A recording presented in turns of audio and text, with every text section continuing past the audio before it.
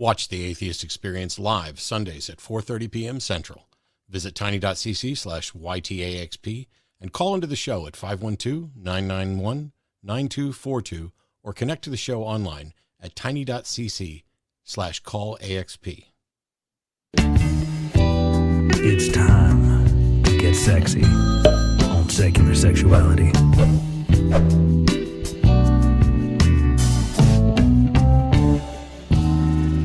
Hello and welcome to Secular Sexuality, the ACA show brought to you tonight by two of your favorite neuro sluts. I'm Christy Powell, and I'm joined tonight by the High Priestess of Sexual Humanism. Welcome, Shannon Q. Hi. That might be the best introduction I've ever had. Everybody else, the bar has now been like set way up here. I'm happy to be here. I'm very, very excited. I've been looking forward to this for a while. So no, we're super excited to have you back, and I'm hoping that some folks will call in to pick your brain and to talk about brains a little bit, because tonight we're tackling the hard and sticky subject of arousal. So give us a call with your stories and questions at 512-991-9242 or visit tiny.cc/callsex, because the show is coming right now. Yeah.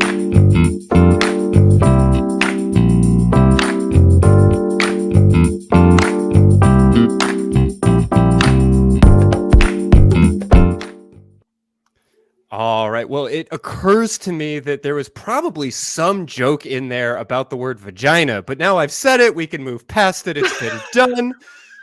Other than being here and talking about brains and vaginas and all kinds of other great stuff, what's got you turned on this week, Shannon? I have been turned on by researching porn, actually. The effects of porn on the brain. Hours of dedicated research for science. For science. I've been doing it for science, like all day, every day, because I care about science so much. It's very important to me. So much. So much. And so I've been doing a pile of research because I was foolish enough to decide that I should get a TikTok account a while ago. I use it sporadically, but I've been having people tag me a lot, because people can like tag you in other people's videos on TikTok, in videos where fundamentalist apologists are essentially saying that porn causes brain damage. Sure. Yeah, absolutely. So, who do you go to when you want to know about brain damage? You go to me. I'm the expert on brain damage. So I've started, I already knew a bit about it, but I started doing like a lot more studying up on like arousal systems and dopamigenic systems and how they relate to porn consumption, I guess, for lack of a better word, or viewing porn or pornography of any kind, because pornography isn't just visual. People make the mistake of thinking it is just visual, but it's not just visual. It's also auditory. Like you can read a really sordid novel that has a similar effect in your brain, but they think mostly about like videos and pictures. So I was looking into some of the brain structures and why people think there's such a thing as porn addiction, and what that actually looks like in the brain, and how they're misusing the word addiction and misunderstanding it, and what actually goes on. So you know me, anything has to relate back to the brain. No, I'm just so excited to not be the only one saying it. You know, I caught a little bit of your conversation with MD Aware on Truth Wanted the other night, where y'all were talking about some of these issues. Truth Wanted every Friday night at 7. Encourage people to check it out. And I basically 2 months ago was on there saying kind of the same things. Like porn is not addictive. Porn is not addictive. Porn is not addictive. If you have watched this show, you've heard that message before. And yet people don't want to believe it. And there's a lot of patriarchal bullshit as to why that's true. There's a lot of religious bullshit and shame and guilt that's mixed into it. And not for nothing, but there are some very, very shady for-profit treatment centers that get a lot of money by selling you a cure to a imaginary disease. So it is a fraught issue, and I'm glad you're having a good time diving in and I guess correcting some of the bullshit there. Yeah, I think part of the reason that people see it as an addiction is because it's stigmatized. So it has a negative connotation to it by virtue of how people in your if you do it at communities. all, it must Right. be out of your control. Right, exactly, and is negative and detrimental and is causing like an impact on your life that's negative and is causing a physiological detriment to you. And those things just aren't the case, really. Like you can like something and it not have a negative impact. A lot of the reason that people think it has a negative impact is because they've been instilled with a significant amount of guilt surrounding their consumption utilization of porn, and that guilt gives them a negative impact, but that's not a result of porn consumption. That's a result of the conceptualization of what porn consumption means and not being able to kind of like shirk off the fact that that's an incorrect assumption, and you're actually not hurting yourself or anybody else by consuming it, so long as the people involved in creating it are doing so with informed consent. So yeah. No, religion can be like caffeine in that way, because you feel tired, you're not in a great shape, so you reach for a Coke or a cup of coffee, and all of a sudden you feel a little bit more energized, you feel better. But what you don't really recognize is the fact that you felt shitty in the first place because you're addicted to caffeine and because you haven't been getting good sleep, again, because of the caffeine. But you get that hit of caffeine and you feel better. Religion comes in and says that if you feel bad about your porn use, if you feel bad about your sexuality, well, Right. just turn to us, turn to God or whatever else, and we'll fix it for you. When in reality, there was no need to feel bad in the first place. And the person selling us the solution is the one who created the problem at the beginning. Yeah, and they misuse neuroscience in order to reinforce their points. I'm yeah. so glad that you said about sexuality, because I think that they are kind of akin to each other. Like they're analogous in the way that they're presented. That just you know, being attracted to somebody of the same sex, for example, is something that is dangerous and detrimental and you should be ashamed of. When in fact that it isn't. It's the same thing with pornography. Like in and of itself, it's not harming you. But they misuse neuroscience because there's centers in your brain that when you have an addiction, a lot of the times there's a dopaminergic response, right? So your dopamine centers become overactive. And there was some studies that were done that said, you know, in people who use porn a great deal, their ventral striatums, and the ventral striatum. Hey, I did use the word. This is the word that I forgot. Before this started, I completely forgot the word. But the ventral striatum is a part of your brain that regulates dopamine responses based on subjective assessments of your external stimuli. So if there's something that you like or enjoy or know you're going to have a good mental or physiological response to, your brain basically goes, oh, we're going to like this thing. We're going to like this thing, right? And then it gives you a dopamine hit and that feels good. So sometimes if you have like a form of depression, you may overutilize porn more than you would if you were in like a stable mental state as a form of like self-soothing. It's not really hurting you. It's not doing it. It's not solving the problem. It could be a crutch. But they look at that type of thing and they say, okay, well, there's overactive ventral striatums in people who are using porn more than the average person, but they're not contextualizing it or looking at any of the nuance of why that may be the case. And they're still not showing anything detrimental because that's not brain damage. You can have an overactive ventral striatum if you're somebody who's sensation seeking and you like going skydiving, for example. That's admittedly more dangerous. Admittedly, definitionally, it's more dangerous, but you may have the same activation in your brain regions. The only difference between the two scenarios is that one of them is stigmatized in the public consciousness and the other one is seen as like a fun, interesting activity to go and do. That's the only difference between the two, but your brain may be acting the same. It's just the outlet that you choose. Yeah, well, and I guess while we're here, it's worth it to point out what that word addiction does and doesn't mean, because that is my biggest sticking point with all of this, is that we just so carelessly and casually throw the word addiction around, which does not do a service to people who are struggling with substance abuse issues, to people who are experiencing meaningful distress with pornography. So since we're talking about it, can you kind of pull out the differences there? I can do my best. You're a clinician and I am not. So I am going to lean on you to correct me where I don't include enough nuance here.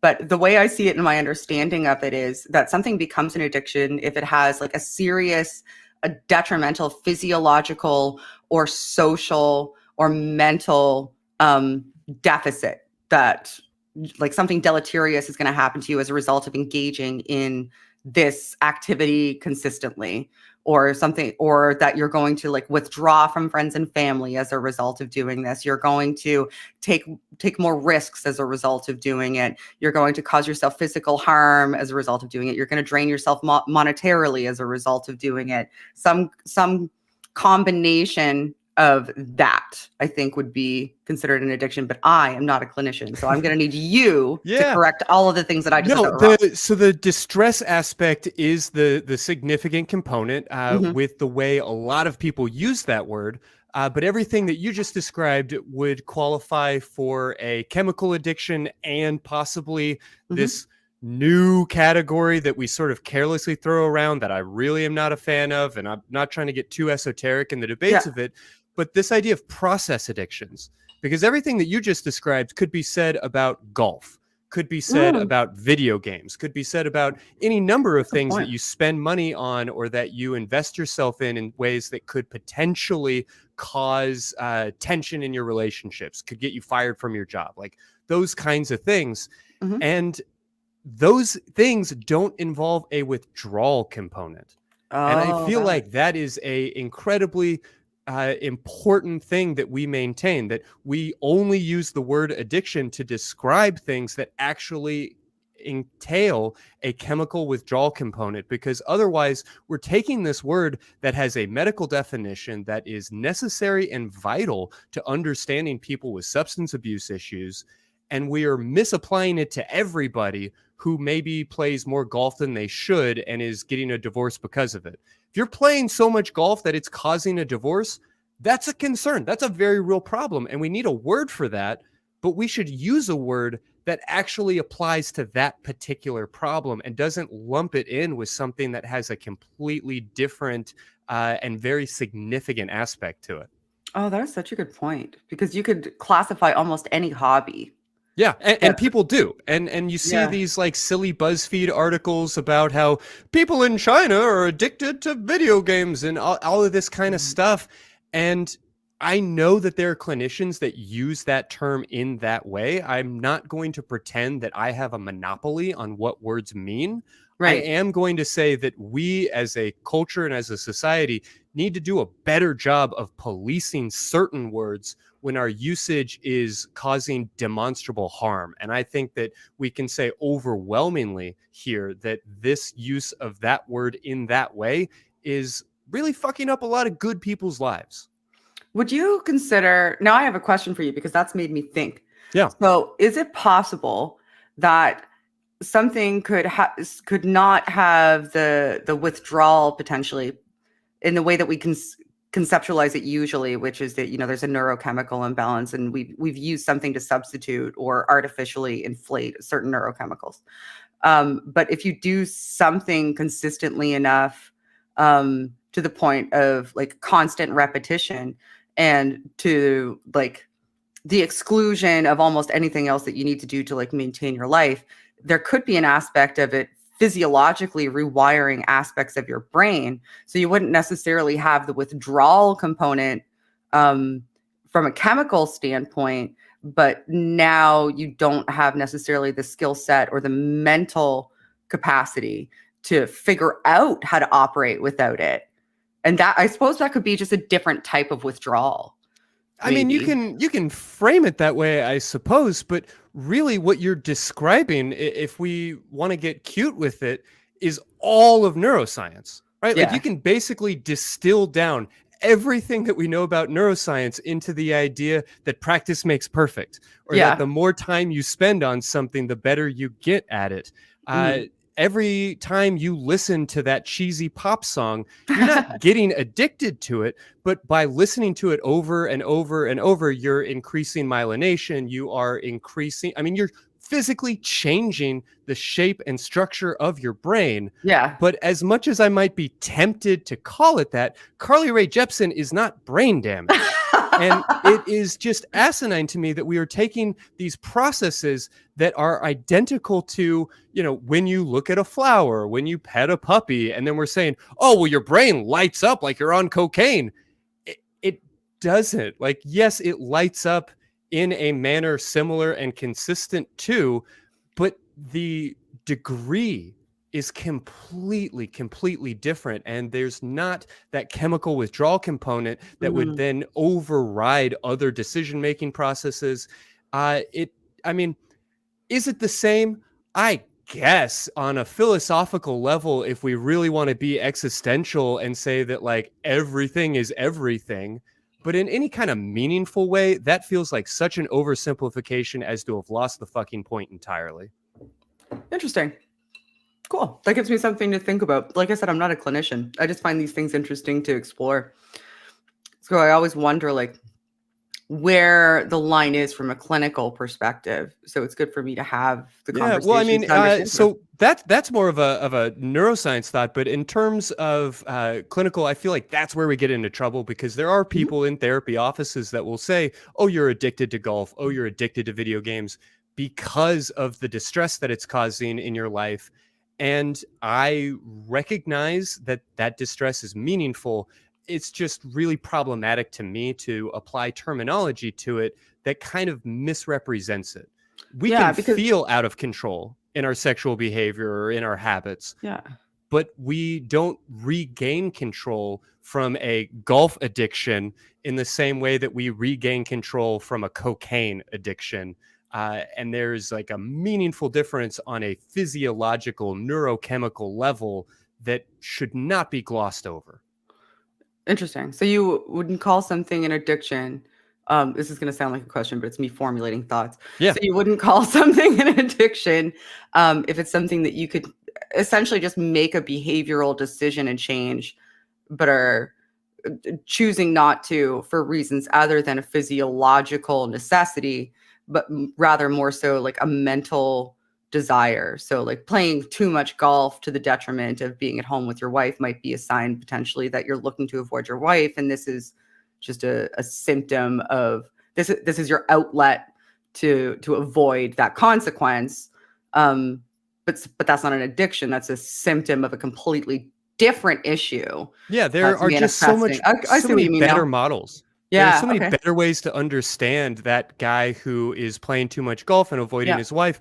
Maybe we should be talking about avoidance. Maybe we should be talking about like attachment style. Maybe we should be talking about anxiety. I mean, there are chemical components to these things, but there's chemical components to being alive, to being a person. So to pathologize those processes when they are working appropriately, rather than to pathologize the behavior, is to kind of demonize the wrong thing, I think. Right. Yeah. So you would be like treating a symptom instead of the disease. So we'll use the golf guy analogy again. Like, so if he comes in and you treat the too much golfing as though that's the addiction, as though that's his problem. Right. Like we don't need to titrate the number of holes that he's on or talk about like going, cold turkey and selling all, breaking up with his country club. Like that's a very different framework than what we should be doing, because with that person who's playing too much golf, why is he playing so much golf? Exactly. It's not the golf itself. So much sense to me. And you could say the same thing about heroin. Like, oh, it's not the heroin. It's because life is so miserable.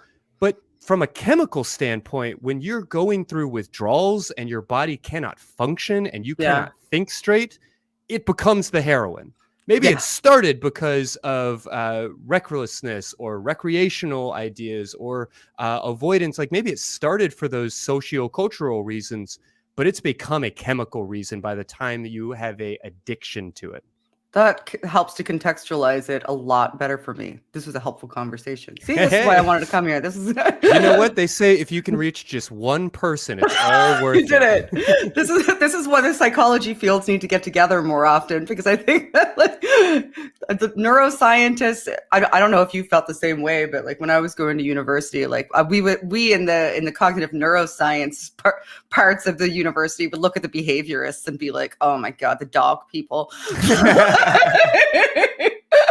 Oh, you guys don't even have it right. Like it's the same sort of thing, but we all need to kind of work cohesively and understand each other's fields in order to help people. I had a roommate that was I think, working on a PhD in some form of neuroscience, and Mm-hmm. he had a mini fridge and a espresso machine in his room so that he didn't have to leave to make a latte, so that he could like stay at his desk. And I remember at a certain point being like, I think sleep might be more important in passing this test than having, another latte. Like, I'm not sure this is the best thing for you.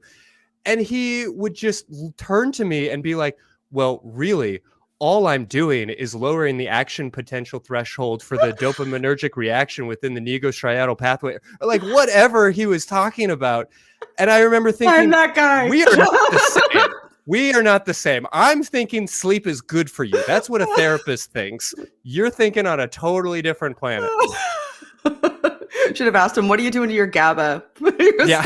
Your circadian rhythms are all off. Your GABA production is going to be a mess. You need to re-regulate. Might have gotten him. Different world. Well, so if that's what's turning us on, let's keep going. Let's talk a little more neuroscience and a little more, I guess, pornography, and talk about arousal. Yes. For the rest of our purposes tonight, when we say arousal, what are we actually referring to? How do we define that term here? Oh, that is such a loaded question. Sure. Because from a neuroscience, like from a cognitive perspective, even not just neuroscience, but from a cognitive perspective, arousal levels can mean myriad things. You can mean physiological arousal. So you can mean the actual level of physiological like reaction that you're having to some sort of stimuli. You can mean it's kind of replaced for the word like alertness or attentiveness, like the amount of attention that you're paying towards something and your interest in that thing, I guess would be a good way to put it. That can be a form of arousal. How you feel about that thing and how strong that feeling is about that thing or person or concept could be considered arousal as well. It's kind of like a gradient scale that determines how you feel physiologically, mentally, or emotionally about some form of stimuli. That's the way I would perceive it. Is it different from a clinical standpoint, or are we in line, do you think? Yeah, no, I mean, I think broadly speaking, that is a pretty apt definition. But as we're getting into it tonight, what I'm really looking at is primarily erections, vaginal lubrication, and galvanic skin responses, like things that are associated with our desire. Well, I guess we're going to sort that out. Our equipment and our ability to have sex. Okay. So when we're looking at arousal, I think it's important that we start to separate out the distinction between arousal and desire, because there are so many myths within our culture that create a lot of problems in this area. And we'll certainly get into that here in a moment. But I guess I wanted to talk a little bit about arousal non-concordance and that distinction between arousal and desire, and just kind of see what sorts of things you might be able to share with us about what's going on inside of our brains, inside of our bodies, that could help us understand that distinction. Can you define for me what you mean by arousal non-concordance? For the audience, I mean, not for me. Yeah, I right. totally No, get naturally. it. Yeah. So the reality is, we believe ourselves to be able to like look at somebody's genitals and immediately tell whether or not they are desiring us, whether or not they're having a good time, whether or not they're enjoying sex. Okay. Folks in like the sex positive space and advocates in this world have a lot of reasons to complain about 50 Shades of Grey and all of the like bullshit myths that are perpetrated by that particular book. But the first and probably most important one is this scene where the main character is tied up and is being beaten, and it's a sexual context.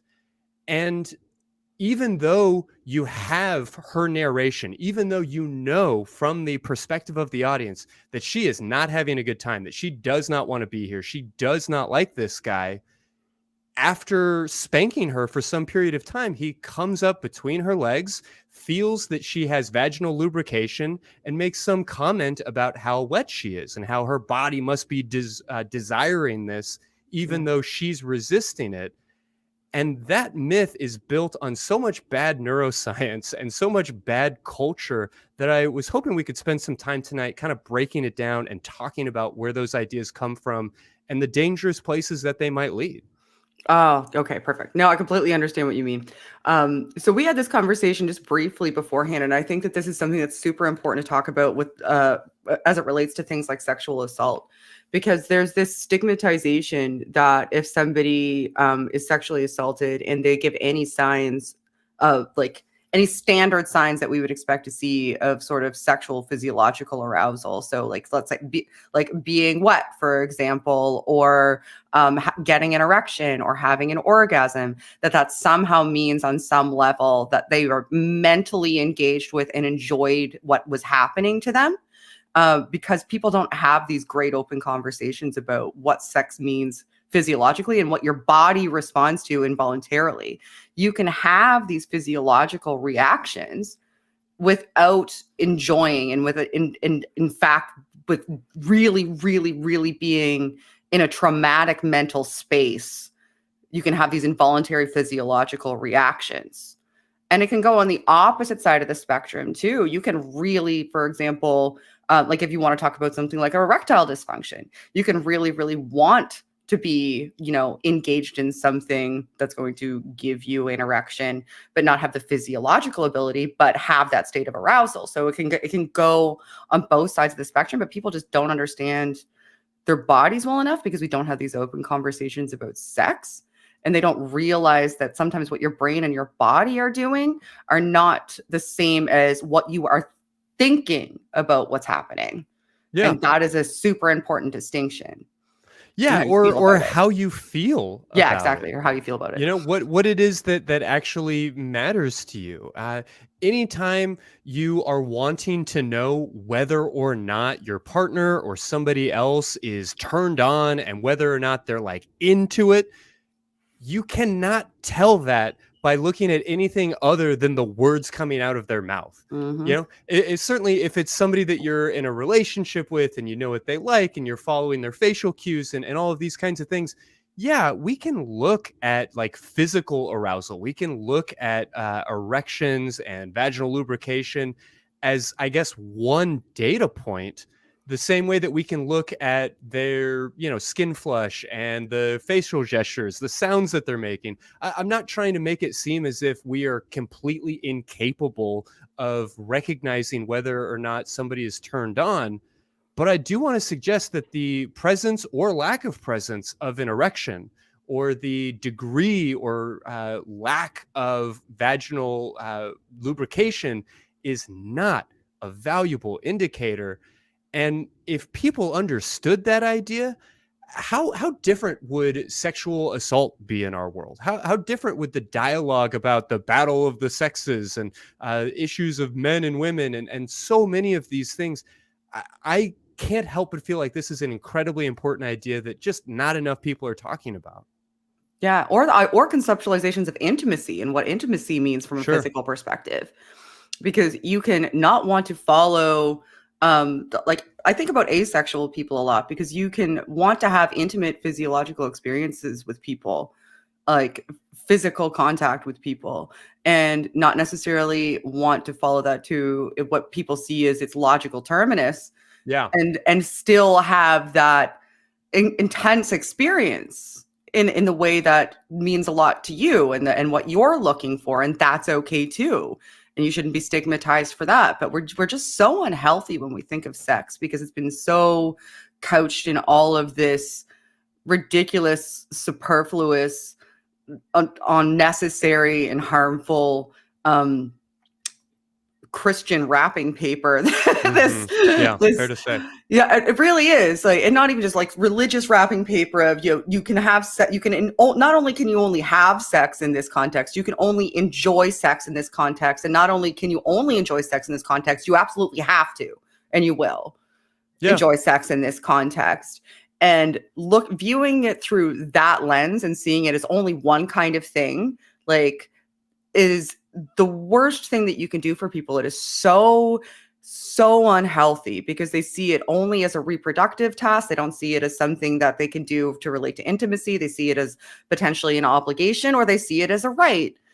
And none of those are healthy perspectives to have on it. Not to mention just the limiting force of it, because if sex is all about a erection and or vaginal lubrication, it becomes really easy to dismiss sex that doesn't involve an erection or vaginal penetration. So all of a sudden we have thrown out, millions of lesbians among other folks.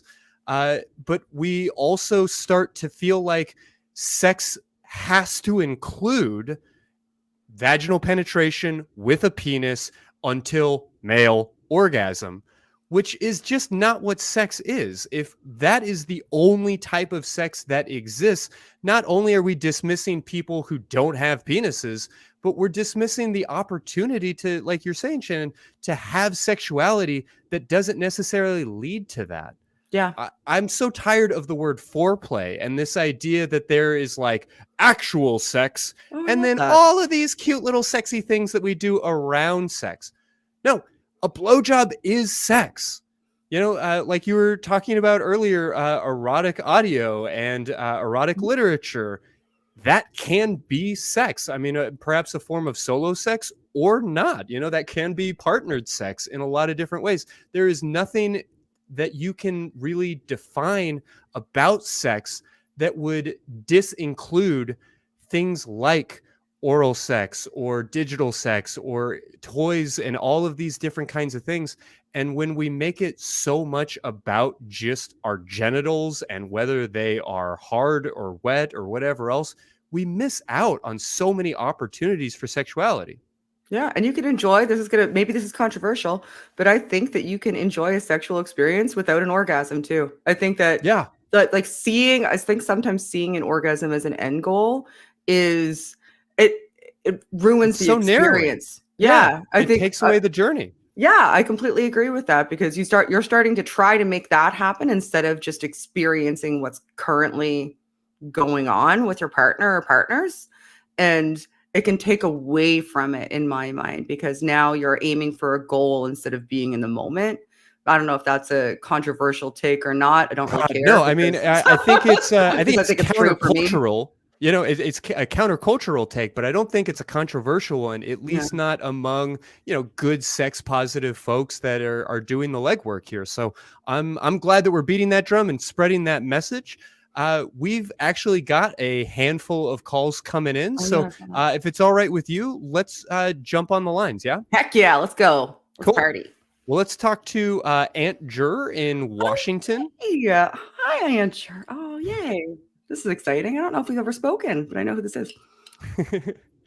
Well, you've got some sexy questions for us. What's on your mind tonight? We can't hear you. All right, let's come back to it and instead talk to Randy in New York. Randy, what you got for us tonight? Hey, hi. Nice to hear from you both. So I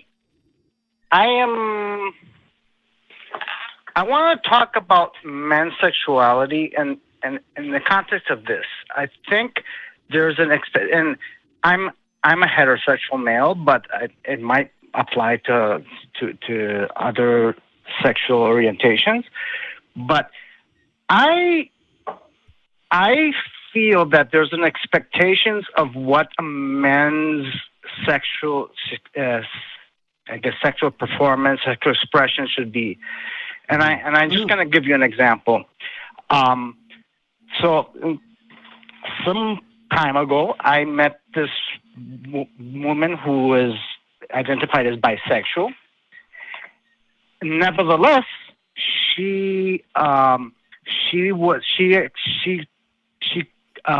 to herself she liked big penises or like big penises. Nevertheless, she said, I prefer women. And the reason she said that is that women are more willing to use like big dildos, and whereas men feel intimidated by them. That was the reason, Sure. not necessarily that inherently they preferred women. She just this is part of my sexuality, and like because she acknowledges that there's an average penis size, and that's that. So she's not expecting every man to be like 10 inches long. So she's fine with that, and so she enjoyed the use of sexual toys, and I did too, and I do too, and so we like engaged. It was like awesome. It was fantastic, and I had no issue with I was not jealous of the giant dildo she wanted to use. And I'm giving very specifics just because I'm not saying this is the only issue, but it's this is expectations that men like this there's this pressure on men to like for performance and engagement. Yeah. And it's all this pressure sexual practice. specifically on genitals, right? Like that's kind of what Shannon and I were talking about when we overemphasize the importance of physiological arousal. We take away from how great it can be to play around with toys, even if that doesn't involve an orgasm. Not that it can't, but it doesn't need to. Yeah, exactly. Yeah. And the thing is, it's like I'm very fluid in these issues, and of course I like intercourse, but there's a lot of things. But I do feel that I'm not. I don't think I'm alone. I think a lot of men have this expectations, and they probably would feel released if they could I have other ways of expressing my sexuality and giving my attention to the woman and giving my attention to her pleasures and their own, but in different ways. And I think that I don't think I'm alone in this pressure. I think that men would love to be released from this burden of what do you think it would take to have men disabuse themselves of that? Because I feel as though a lot of women, I mean, I full disclosure, I'm also one of those bisexual identifying women that you're talking about. Though I don't see it so much as an identity as an inherent, but I get what you're saying. I think the issue is that men have this perspective that if they have to use a toy or something, then that means that they themselves aren't good enough, right? That's a woman or a partner of any gender telling them that what they're currently equipped with isn't good enough. But you wouldn't look at to lesbians, for example, or with using toys as in the same fashion. You wouldn't think the lesbian wouldn't think, oh, well, what I'm equipped with isn't good enough. They would think this toy is going to be fun. You can have the same sort of perspective towards it that a lesbian would have, because it's fundamentally sort of the same thing, really.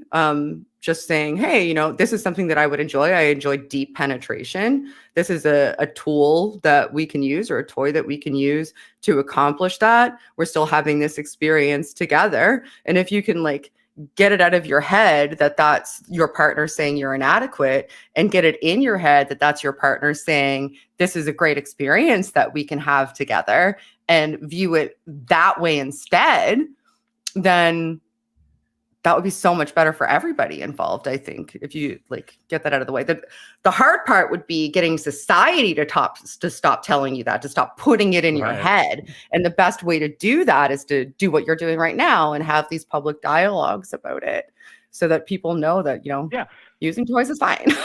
It's great. Sex education should also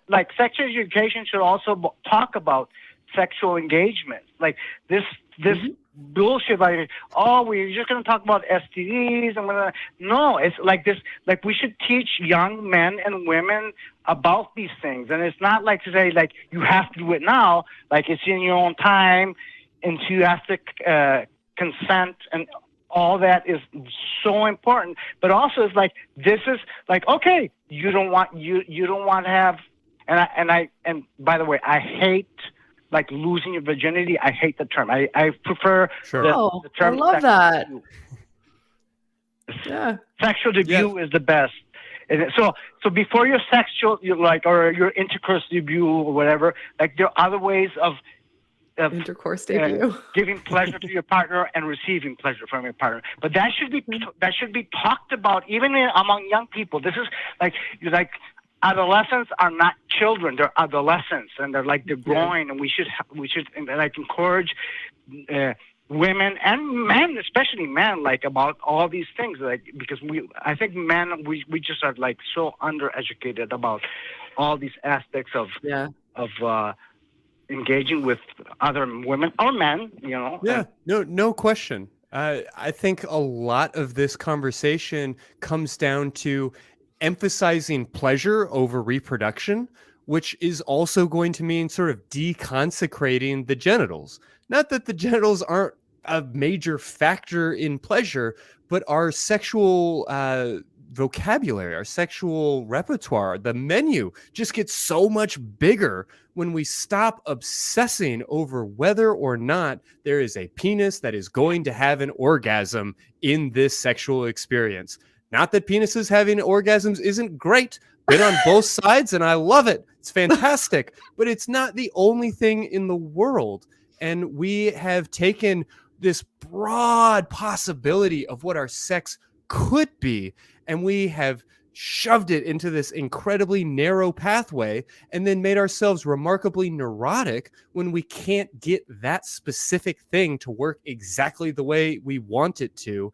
And we have this entire industry of erectile dysfunction medications, sex therapists, and all of these other factors that really wouldn't be necessary if we could say that sex is big and broad. Sex is conversation. Intercourse is debate. It's such a small piece of the potential possibilities. And when we obsess over it and put a lot of pressure on it, we end up hurting it, limiting intercourse itself while also missing out on so many other opportunities. So, Randy, I could not agree more. Sex education does feel like the answer, but boy, is that an uphill climb. So thank you for watching the show and for helping us, I suppose, take steps in that direction. Yeah, that's great. Yeah, thank you for taking my call, and I'll let you go to other callers. So thank you so much. Thanks for calling. Right. Well, thank you. You have a great night. And we will get to some more callers. But in the meantime, let's first take a look at what's been going on around the rest of the ACA. I want someone who's attracted to me because I'm a woman, not because I'm a trans woman. And while that may not be the case for everyone, there may be some trans women who are like, I am trans, I love my trans body, I want someone who's attracted to my transness. That's not going to be all of us. Ever since we first been doing archaeology, we've been making shit up. Well, right? yeah, of course, right. Like anthropology started off as literally just racist science. Like that was just the whole field. I don't get it. And am I missing something here, guys? First of all, I have to comment here, Jason. Your background there is very intimidating with those big eyes, kind of saying, Better to see you with, my dear. What would it take to convert you to any given religious position? Probably the bones of Jesus. That seems like a reasonable ask. That feels like a lot. I was just going to say evidence. And now, back to calls. Who's next? I hope we have someone who likes your attitude, Matt. I'll change my attitude just for this call. Instead, I'll be weak-minded.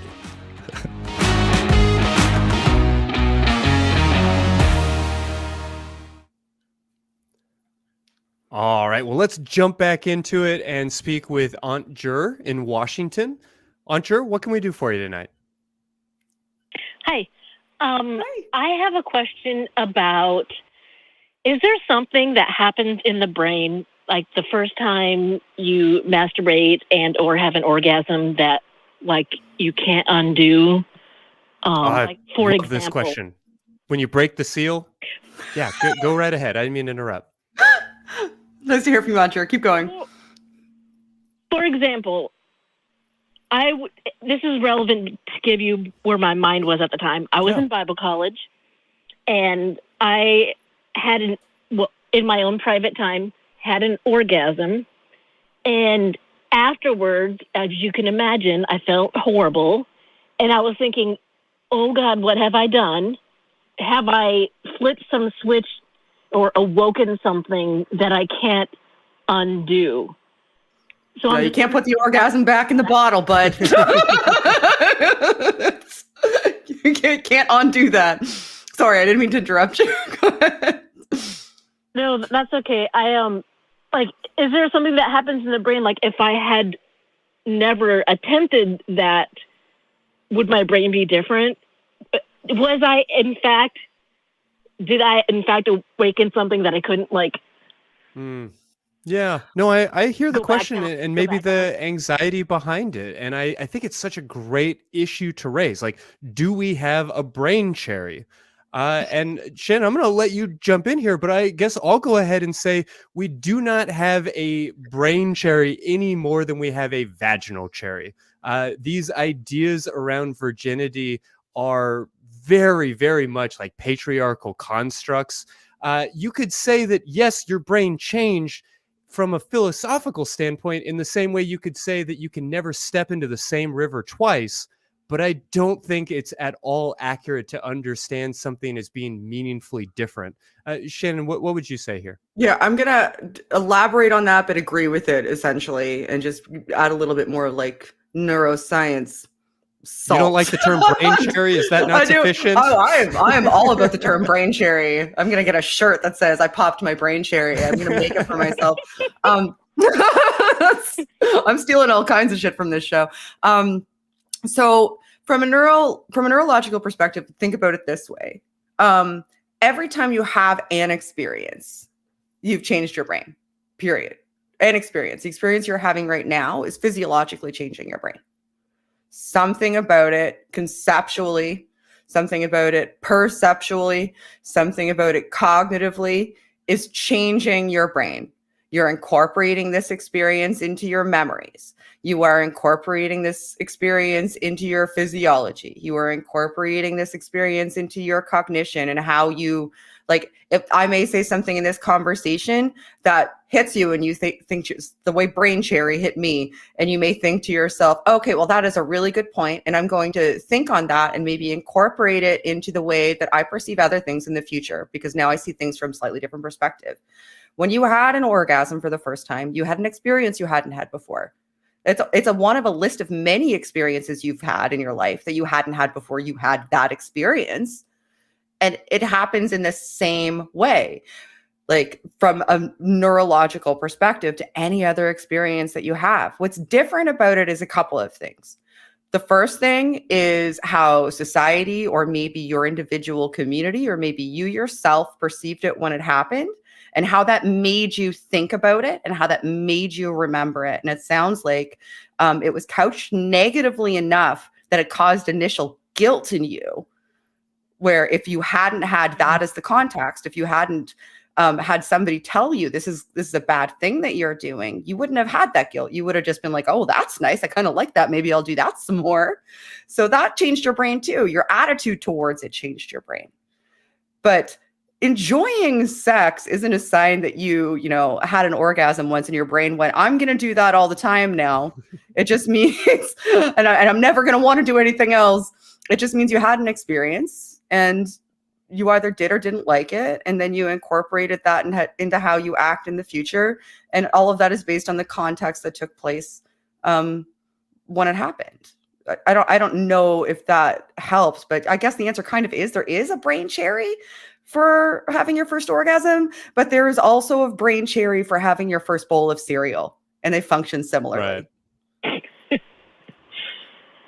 So basically, if I hadn't been in the like religious mindset I was in, that's what was making me think, oh, I've done something I can't undo.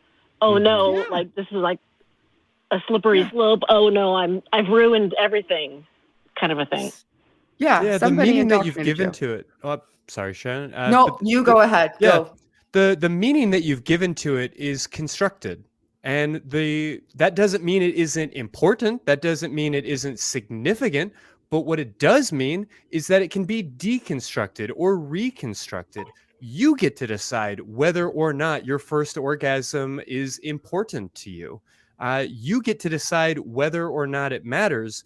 And I think it's really worthwhile to acknowledge that repeated experiences where you are pairing orgasm with shame, orgasm with shame, orgasm with shame, that can definitely create an association. It doesn't break anything. It doesn't change anything in any sort of like lasting sort of way. But I think it also might explain why perhaps subsequent orgasms were also experienced with a little bit of guilt and shame. And that association can become a lot stronger. And that's something that we see in a lot of folks who had an adolescence where they were exploring their body and exploring their sexuality in the context of religious guilt and religious shame. And we can call that religious trauma. And we can recognize the like meaningful brain damage. If we're just going to throw that term around, we can acknowledge the way that the brain is traumatized or damaged by that association. But there is nothing magical that happens the first time you have an orgasm or the 100th time you have an orgasm beyond whether or not you yourself choose to ascribe a certain magic to that experience. If it was magical to you, that's enough. That's beautiful all on its own. But there's nothing neurologically special, I suppose I should say. Okay, yeah. I see that it was just all context, the context I was in at the time. Yeah, I hope you can get past I hope you can get past and through that, because there can be so much like sexual trauma like that's laden with even this sort of tacit innate religious form of thinking. That's what my friend Ocean calls this latent Christianity, where there's so much of how the lens through which you view the world, more than you even realize overtly, that is driven by a society that has these puritanical ideas that are derived from religious systems that aren't healthy ideas. And because those ideas themselves towards sexuality aren't healthy, we end up having this unhealthy relationship with sex, where we think we're bad, or we think we're doing something wrong, or we think we're doing it wrong, or we think we're doing it for the wrong purpose, or we think we need to do it when we don't. Like, all of those things are unhealthy, and they're thrust upon us when we're just doing something that is so natural that if you took all of that context out of it, it would just be like, oh, I enjoyed that. That was a cool experience. It was just a physiological reaction I had through like mental and physical stimulation that I ended up enjoying. That's neat. We don't need to imbue it with anything more than that, but people imbue it for us and we believe them. And it ends up causing us harm as a result of doing something that like just everybody does all the time, whether they admit it or not. Like, you did nothing wrong. Your brain is fine. This was well over 20 years ago. So I've grown since then. I mean, I still have issues, but who doesn't? And, fair. Generally not relevant to this particular conversation. Yeah. I do still appreciate you raising these issues, though, because I know that this is a really common experience. And I love this idea that we're playing with about how culture informs all of this and how it's not biology. You can certainly tell that just by looking at the experiences, like the early sexual experiences and the shame felt by people who were raised in different faith traditions or different parts of the world, or even more so, one of my favorite episodes of this show was very early on. I had an opportunity to speak with Dr. Susan Block, who wrote a book called The Bonobo Way. And I might encourage people who are struggling with some of these feelings of shame to either check out that episode or maybe even find her book, because it highlights so many of the things that we're talking about here. People will have like human beings will have a arousal response to watching bonobos have sex, because the part of their brain that says sex is happening will get activated. That does not mean that people desire sex with chimps or with these like other creatures, but it also can help us to understand that sex is not magical, not unless we decide that it is, and that the culture that we put on it is not is only culture. It's not locked into our biology. So I hope that by kind of playing around with some of these ideas and understanding what's been like forced upon you and what is actually coming from you and from your body, you can find a little bit more freedom. Yeah. Concur. Cool. I'm glad I called and asked that question that's been kind of in the back of my mind for quite a while. It's nice to hear your voice. I'm familiar with you from Twitter and live streams and stuff. So it's nice to chat. Yeah, nice to talk to you. We appreciate so much hearing from you. I hope you have a great night. All right. Thank you. You're welcome. Love that question. These are great calls. For sure. Your No, audience is and we've great. got at least one more that I'm excited about. Okay. Let's talk to our friend Tangel in Australia. Tangel, what's on your mind tonight? Hey guys, how are you? Great now. How are you? Great. Yeah, I was wondering about what might be the cause for asexuality, and I was also particularly wondering whether the vagus nerve has anything to do with the whole channeling of brain to genital messaging. I am not aware of the vagus nerve having like a direct connection. The subdiaphragmatic vagus nerve, the dorsal vagal system, is more associated with like shutdown responses. And so I'm not aware of it having any direct connection to the genitals. But we are talking about sort of the neuronal superhighway from the brain to the hips. So I would be shocked if there wasn't something connected there. But I guess we'll talk about asexuality in just a second. Shannon, did you have anything about the vagus nerve that might be worth adding in here? I don't know if no, this isn't saying that there aren't, or that or not that there aren't even like consistently or predominantly that's not the case. But I'm not aware of it. I know that there's high concentrations of what are called nociceptors, in the tip of the penis and in the clitoris, and that is the highest sensory portion. And nociceptors are, this might be a surprise to people, but neurons don't just exist in your brain. They're all throughout your body. And nociceptors are a type of neuron that exists as a sensor, like your touch sensations.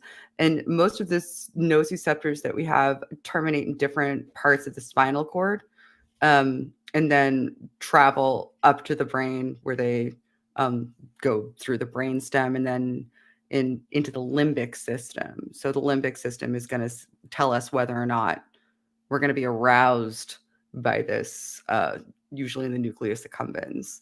So that is what I know for sure about genitalia. So I don't have a good answer for you. I can tell you what I do know, but I can't tell you what I don't. So just as a layman, the part of the vagus nerve that operates in that part of your body is it's pre-mammalian. Right, like it's a very old system, and it's primarily associated with like shutdown and freeze responses, and so I don't think it's likely that it has a major connection to the genitals.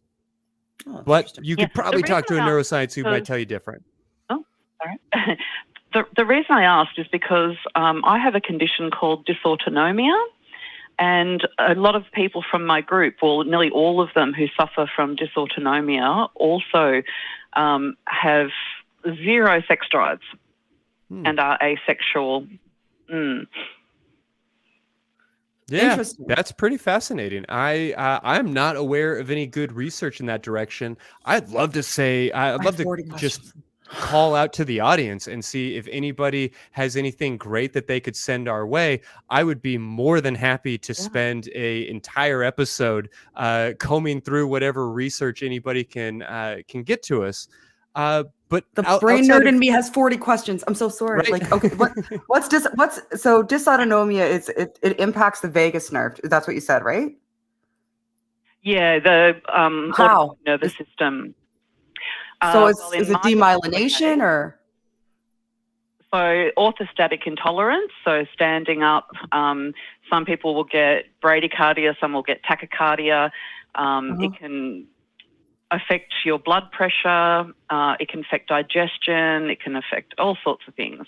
So, yeah, digestion. I have a lot of medical conditions. It can affect digestion. Okay, so I don't know if you realize this, but a lot of your neurotransmitters, you eat them. So our brain just doesn't automatically produce neuroreceptors, right? Like, so a lot of neuroreceptors are absorbed through the lining of the stomach and even more through the lining of the intestines. So like there's a chemical called tryptophan, for example. I talked about this while I was on Truth Wanted. That is in a lot of meats, specifically like birds. When we eat birds, that we absorb that into our system and it generates serotonin. So I'm wondering if it may have relation. Do you have any other sort of flat affect aside from sexual response? Is there flat affect related to any other aspect of your life? Not that I could. Not that comes to mind right now. No. Do you get a high degree of physiological arousal related to like anything at all? Like, is there anything that gives you a sense of physiological excitement? Like, are you prone to getting things like goosebumps, for example, due to like an external stimuli response? Yeah, I'm virtually non-ticklish. Interesting. Goosebumps. Yeah, you're right. There is a flat aspect to other things. I didn't even think about that. So you may have flat affect to some sort of physiological response set. So there may be a disconnect there. So it might not even be the neurotransmitters. It could be overall physical transmission.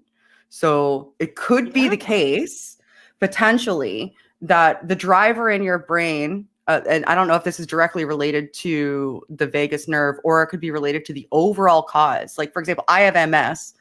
But which means that I have lesions in my brain. So that's going to affect me differently than it's going to affect other people. And nobody really knows the root cause, but it's a demyelination event. So you could have something, and this is just me spitballing because I find this stuff interesting and I like to relate stuff back to the brain.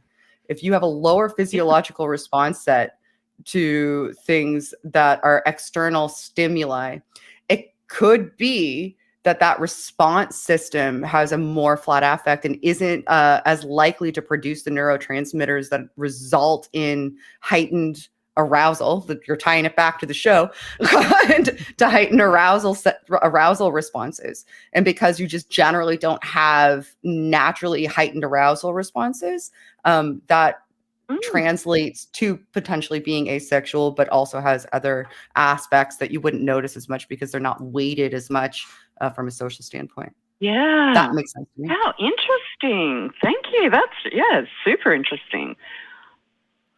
Yeah, that's cool. I'm going to look that up. Now, I'm going to transfer from porn to looking up vagus nerves and learn how to spell this disorder, because that's kind of cool. Dysautonomia. Yeah. Dysautonomia. It's that's the blanket term, and it affects us all fairly differently, and it's a bugger of a thing, but that's what we had. So getting back to the original question, what do we think might cause asexuality? Like, is there a generalized theory on it, or do you know of any reasons why that may be? Nothing concrete. Nothing that I think we could really point to as accurate. From what I understand, most of the framework that we've been operating under is that asexuality is in the same cluster as like our sexual orientation. Certainly, it's likely to be a multifactorial situation that is going to involve a little bit of genetics, a lot of like natal hormones, and a handful of other factors. But I don't think that we really have anything at all concrete to point to that would explain why we have this type of diversity. Yeah. What about the fact that some asexuals enjoy masturbation but not sex with anybody else? Do you have any ideas about that, perhaps? I worry that was context dependent too. I think there can be a lot of that. Like certainly there are social components and trauma components that can be considered.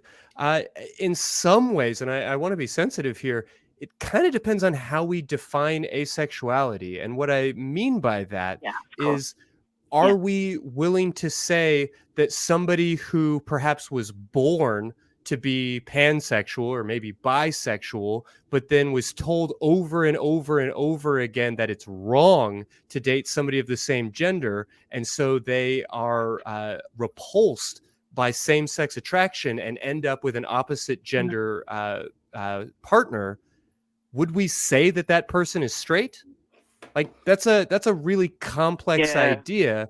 And when we talk about asexuality, I think that shows up as well, that there are people who are perhaps predisposed or were potentially on their way towards a more open sexuality, who had traumatic experiences that maybe clamped down on their potential range of expression.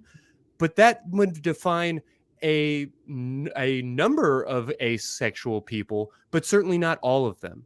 And I don't at all want to escape the fact that there are people that were probably just born to be asexual, the same way that there were people who were born to be straight or gay or pan or any of these different orientations.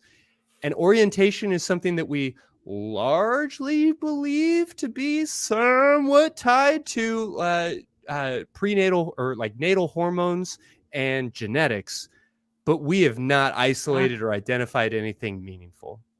Shannon, do you disagree with any of that? No, not really. I think that asexuality just exists on the spectrum of sexuality. So anything that isn't a binary, and sexuality certainly isn't a binary, has a spectrum. And there's going to be people, I think, who are just predisposed to not being as driven towards wanting or desiring to have sex. And I think people who are asexual are misunderstood, because you could enjoy masturbating, for example, but not necessarily be interested in sex with your partner consistently or at all. And that is fine. Like people's sexuality and how they choose to express it shouldn't be pigeonholed, in my opinion. Yeah, there's so many varieties and different ways that people express asexuality or even just low sex drive. It's incredible. Yeah. But look, I really want to thank you for that. That was a fantastic conversation. I really enjoyed it. I always enjoy talking to you, Tangel, anytime.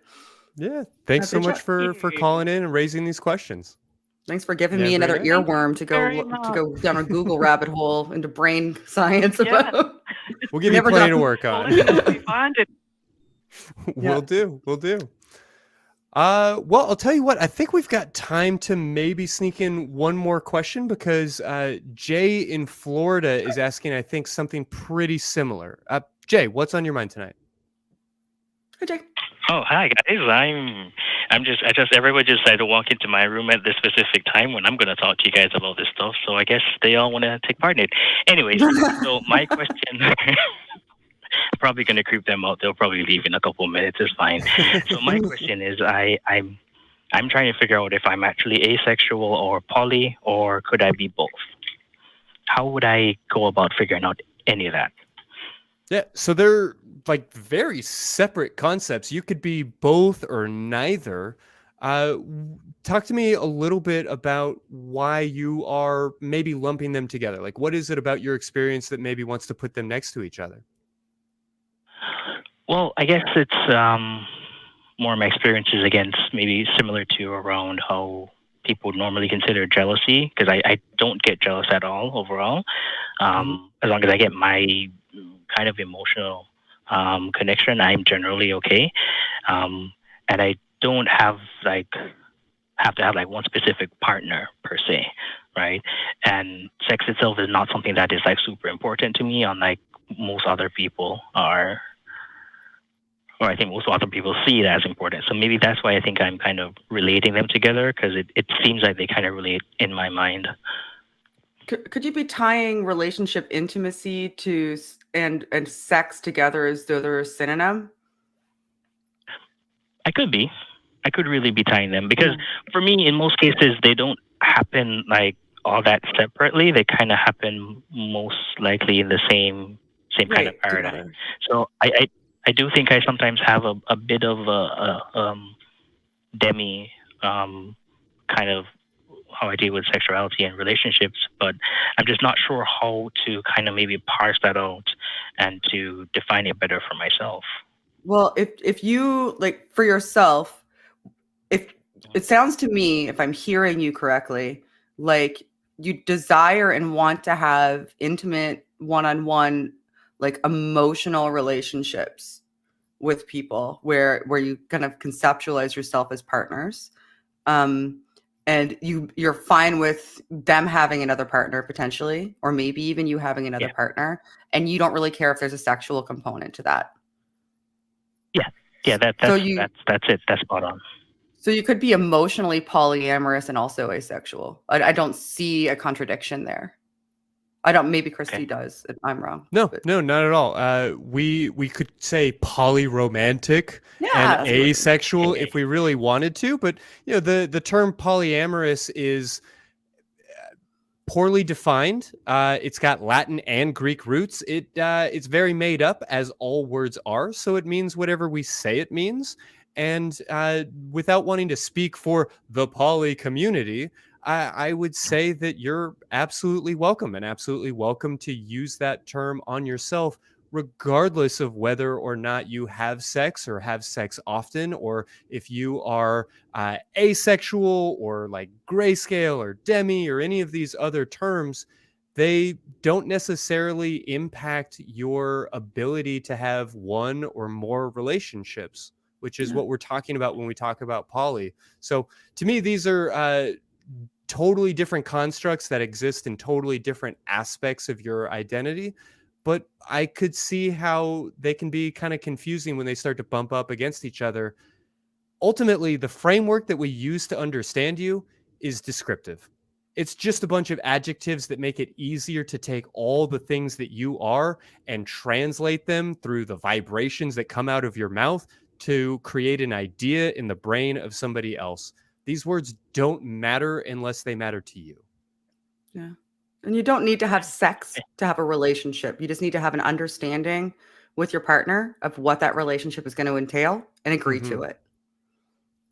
Yeah, that is true. And that is how I've approached most things. But I find it hard sometimes to explain that to people or kind of relate it to them in a way that they'd actually comprehend and be able to digest.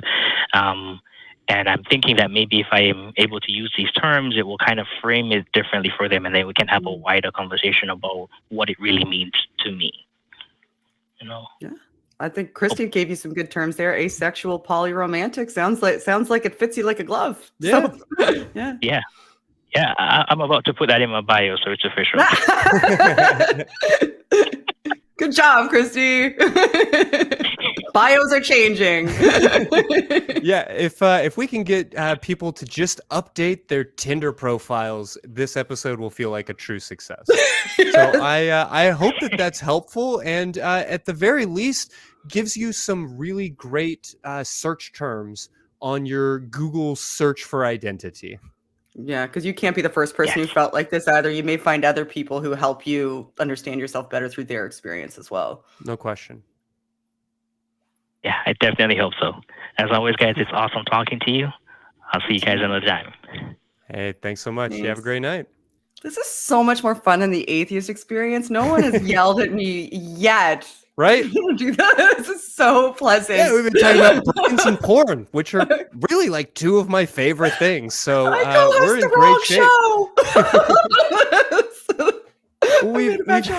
We've had some really great calls tonight, and I don't regret it in the least bit. But there are at least like a couple of things I wanted to make sure we touched on before we walked out the door, because as much fun as it is to joke about brain cherries and the brain damage of porn and all of these other things, it really is worth pointing out that these myths cause very real harm in people's lives. I mentioned that like arousal is not necessarily tied to desire, and that we can become aroused by the most, I don't want to say random, but the types of things like bonobos or things that we are not necessarily attracted to. And people often get really uncomfortable with that fact. I have particularly young men who come into my office really frequently expressing deep concern that they stumbled across something on the internet that they are absolutely repulsed by, and yet they still had a sexual response. And the shame and the guilt that can come out of that because of the cultural messaging and the assumption that an erection must equal approval can be incredibly problematic. Shannon, is there anything that you might want to say to folks who have had that experience? I froze. Can you see me again? Yeah. Froze. I'm back, I think. Yeah. I think that's a huge point to make. Like you can have a physiological response to something that is just a natural physiological response because your brain can see something that it perceives as sex, and that can be a misattribution error, right? That can absolutely be a misattribution error. You can have this almost like sex pareidolia. Pareidolia is like when you see faces and stuff that isn't there, like, and your brain plays a trick on you, like the man in the moon, that sort of thing. You can have that happen to you with sexual arousal. You can have misfires where your brain says, "Is that sex? Do we like that might be sex? Let's have a reaction like we're like that, like that's the sex that we recognize as sex." But that's not you saying, "Oh, I like that. I'm into that." That's your brain saying, "Oh, is that sex? This is what we do when we see the sex." So you shouldn't.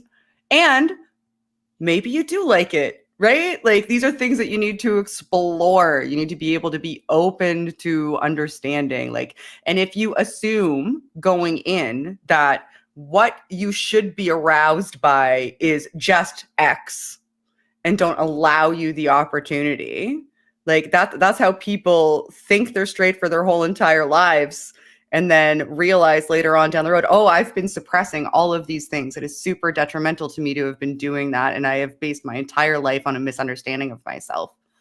You need to be able to allow yourself room to be like, oh, okay, well, how do I feel about this? Was that just an innate physiological response? Is this like, how do I actually feel about that? You need to be able to have those conversations with yourself without panicking. Sure. And without ascribing it all of this sort of latent negative affect that has been thrust upon you. That, if you have any sort of sexual experience outside of X criteria that we've labeled acceptable, then that means that you are bad. And then you panic, right? Like, yeah. I mean, it's worth saying again that arousal does not equal desire. Right. But it's also fair to say that desire does not equal behavior.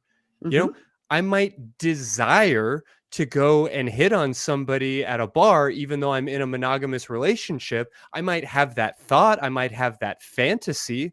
And that doesn't mean that I've done anything wrong. You are responsible for your actions. And that's it. That's the entire end of the list. Like your thoughts, your dreams, your fantasies, your fears, your nightmares, like those are yours. You're allowed to feel however you feel about these things. Yeah, exactly. And if people tell you that it's not normal to have intrusive thoughts or innate and involuntary physiological responses, then when those things do happen, and they are going to happen to basically all of us, Mm-hmm. you don't know what to do about it, and you have an unhealthy response towards yourself and towards the stimuli that has knockoff effects that can impact you, your relationships, your physiology, and your mental state for the rest of your life, especially when that compounds over time. And if you don't feel like you can talk about it, or call a show like this, you should call a show like this. Talk to people who are open to having a conversation with you about it. Yeah. Super important. Well, and we touched on this, but I feel like it's way too important to not make incredibly clear. A important corollary to everything that we've been saying is that people who are victims of sexual assault can still have erections, can still have vaginal lubrication, can of course have elevated heart rate and perspiration and all of these other physiological symptoms of arousal that have nothing to do with consent, that have nothing to do with pleasure in any important way. And folks who have had those experiences don't need to doubt themselves because their body betrayed them. And I think that that's another cultural myth that shows up. I mean, even still today, like when we have senators talking about how if it was a true rape, the body has a way of like rejecting the pregnancy, and these like ancient myths about how conception is related to female pleasure. And I mean, these ideas, if taken to their logical conclusion, can go to some terribly disgusting and dark places. Yeah, so I had an involuntary physiological reaction to you. I remember when this. Yeah, so having bad attitudes towards sex in general, and bad understanding about your own body and how it operates, and what can happen, leads to just horrifying ideas that have long range societal impacts that impact not just you in the moment, but perpetuate onto impacting people in the future if you don't actively work towards changing them.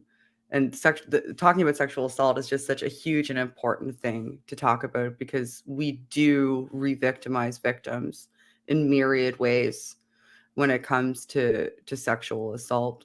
Like not even just that your body has a way of getting rid of the pregnancy if you're raped. Like, I don't even know how to say that out loud without like having a physical reaction, because it's just so fucking horrible. Yeah. But even the idea that if you're raped and you have an orgasm, then that meant you must have enjoyed it, and that's the same thing as consent. And it's not just bad enough that there's people that believe that haven't been raped. The worst thing is that there's people who believe it that have, that think to themselves on some level, oh my God, well, I must have enjoyed it, because they don't understand that you can have innate physiological responses that we usually affiliate with pleasurable experiences through trauma. Through trauma. You can be in the midst of being horrifically traumatized, and your body is still going to do what your body does, the same way that you're still digesting food probably while that is happening, and breathing air while that is happening, because your body is doing what your body does. But you don't stop breathing or digesting food, or your heart doesn't stop pumping blood because you're in the midst of having a horrifically traumatic experience, the same way as your brain doesn't stop attempting to bring you to a climax. Like, it is possible that could be happening, but that is not you enjoying it. And if even one person that had that happen to them hears that and understands it and can let that go about themselves, I hope that that's the case, because it's so important. Yeah. If that message gets out to one person tonight, the investment, the effort, the time will definitely feel worth it. But I also want to be gentle in placing this idea next to the ideas we've been discussing. But maybe the opposite of that is a lack of erection, a lack of vaginal lubrication does not mean disinterest in sex. So often we are nervous about sex. I mean, if it's our first time with somebody, or maybe it's our first time in a long time, we've been in a long, complicated relationship. Maybe we love our partner, but there's some tension, there's some insecurity. We've got all kinds of nervousness, and we're putting all of this pressure on our sexual responses, knowing, of course, that anxiety is the boner killer as well as the mind killer. And that these different processes might interfere with what's going on in our body or not. Maybe our body is perfectly healthy. Maybe we're in a perfectly good mood and we desire sex, but we're just not having the response physiologically that we expect, or sometimes that we demand. That doesn't mean that we aren't desirous of sex, that we aren't desirous of sex with our partner. And it also doesn't mean that we can't have great sex with our partner. Lube exists. There's no reason to be embarrassed or ashamed about using it. There's no reason to think, oh, I'm so wet because this is so hot. Like, those two things don't necessarily need to go together. There's nothing shameful about using lube, and there's nothing about being extra wet that means the person you're with is extra sexy. That these correlations are kind of silly. Yeah, I think expectation is the enemy of experience. Like, well said. 100%, because so much time, so often, not just in sex, but in other aspects of our life. I think this is transmissible. We feel as though we need to hit a certain sort of goal, and we lose track of moments because if we don't see them as contributing to that goal, then we don't see them as worthwhile. So we just remove ourselves from the joy of current experience for the fear that it's not going to achieve what we think should be the goal of that current experience. And with sex, it's so much more true, because we've all been taught that, the terminus of this experience, the goal that we should all have, is that we have this mutual orgasm where we climax at the same time through vaginal penetration, and it's definitely straight sex, and you're married, and that's the and you said mutual orgasm, but I feel like it's really male orgasm. Men have an orgasm. Maybe she gets to too, and we if look she's happy about it for you. Yeah. Yeah, exactly. We look really excited that it's happening for you. Yeah. So because we have those expectations, we miss out on all of the minutia of exploring what we do enjoy and what our partner or partners enjoy, and playing and figuring and just living in that experience, because we want to get to that orgasm. And man, you miss out on so much if that's the case, because you mentally detach yourself from the moment. I don't know. That's the way that I see it. No, absolutely. And just a pinch of mindfulness before we're out the door tonight. An orgasm is a little bit like sleep. You can create great conditions that empower you to be able to sleep. You can set your intentions to go to sleep. But as you are lying down at night, one of the best ways to guarantee that you don't fall asleep is to try too hard and to try and force it. Whereas an orgasm and very much a erection and lubrication are something that happen when we are not actively thinking about it or actively trying to force it. Like Dan Savage says, an erection is a little bit like Tinkerbell. You kind of just have to believe in it to be there, and it'll show up for you. That's funny. That is funny. I used to read Savage Love all the time when I was younger. I used to sneak it when I was in high school. Ooh. Yeah, I did. It was in a magazine called The Coast out here in Nova Scotia. And I used to sneak it in the coffee shop and read it. No, I was a love line with Dr. Drew, teenager hiding under the covers at a very early age. Yeah. It's a strange bizarre journey that we have found ourselves here at the ACA Here we talking are. about these things. But I'm super glad that we got to have you back and to talk about these things, to pop your brain cherry, I suppose. And I have to put get that on a into it. shirt now. Pop your brain cherry. It was an absolute pleasure to be here. This was a very wonderful experience. I'm always a pleasure to be here. And yeah, thank you for considering me as one of your co-hosts. It's always fun to talk to you and to be here. And you guys do great work. Everybody should share this far and wide. More people need to subscribe to Secular Sexuality. You are so criminally undersubscribed and do such valuable work. And it annoys me. YouTube needs to stop throttling this channel because it has the word sexuality in it. Stop it, guys. Stop. Bad. No. So share it. Help them out. Yeah, I think we just offended the algorithm gods, but so be it. We thumb our nose at such gods and such algorithms. I want to check in with you about what kind of resources or final thoughts you'd like to leave with the audience. But first, I want to take a moment to remind people that they can find our show, they can find the episode of Truth Wanted we're talking about, and all kinds of ACA products at tiny.cc/AEN podcasts. You can continue this conversation, learn more about the neuroscience and a lot of the things that we're talking about by seeing some of the resources that you can find in the Secular Sexuality fan group on Facebook. That's at tiny.cc/FBSSG. Of course, while you are grabbing all of those tiny CCs, we'd like to point you towards tiny.cc/ACD Discord, where the atheist community of Discord has a thriving community of folks talking about sex and brains and every other good goddamn thing. We hope that you'll join the conversation there.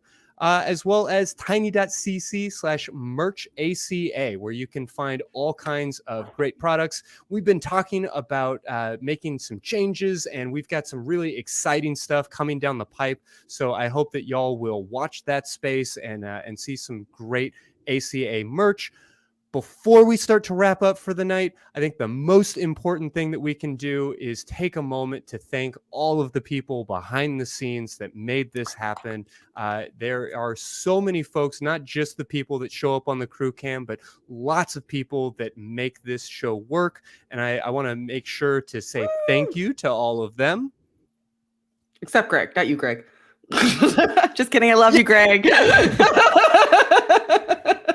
I'm too afraid of Greg to thank him or not thank him. It's just more of a yes sir, no sir kind of relationship. Greg. Greg is the ACA god. Well, before we step out tonight, are there any books or resources you'd like to recommend, or any other just final thoughts that you'd like to leave with the audience tonight? I always, if given the opportunity, especially when talking about sensitive subjects, want to plug the Secular Therapy Project. Mm-hmm. The Secular Therapy Project does such good work. All of the bad attitudes towards, sex and arousal and orientation that religion helps to imbue us and our culture and our society with, that carries forward, that we have to carry on our backs. Without even realizing it, they help you unpack that load.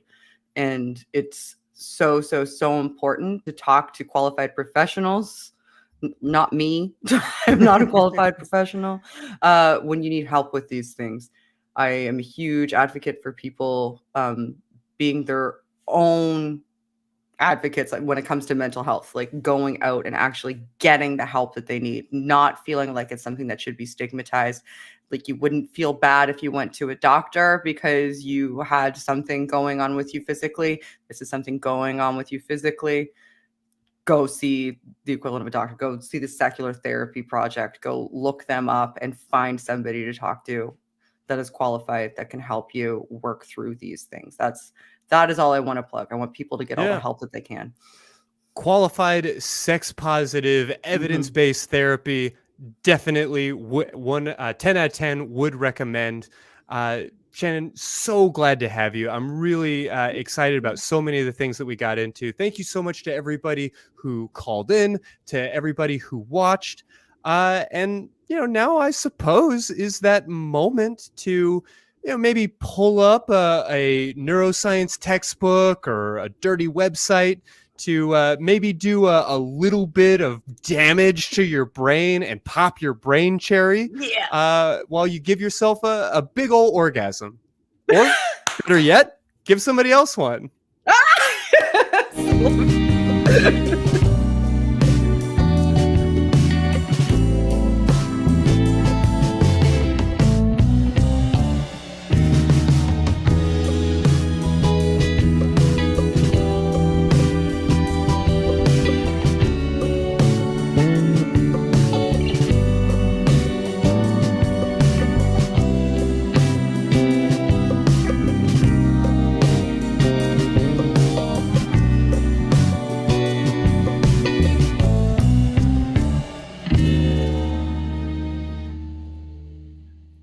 Watch Talk Heathen live Sundays at 1 p.m. Central. Visit tiny.cc/YTTH and call into the show at 512-991-9242 or connect to the show online at tiny.cc/callth.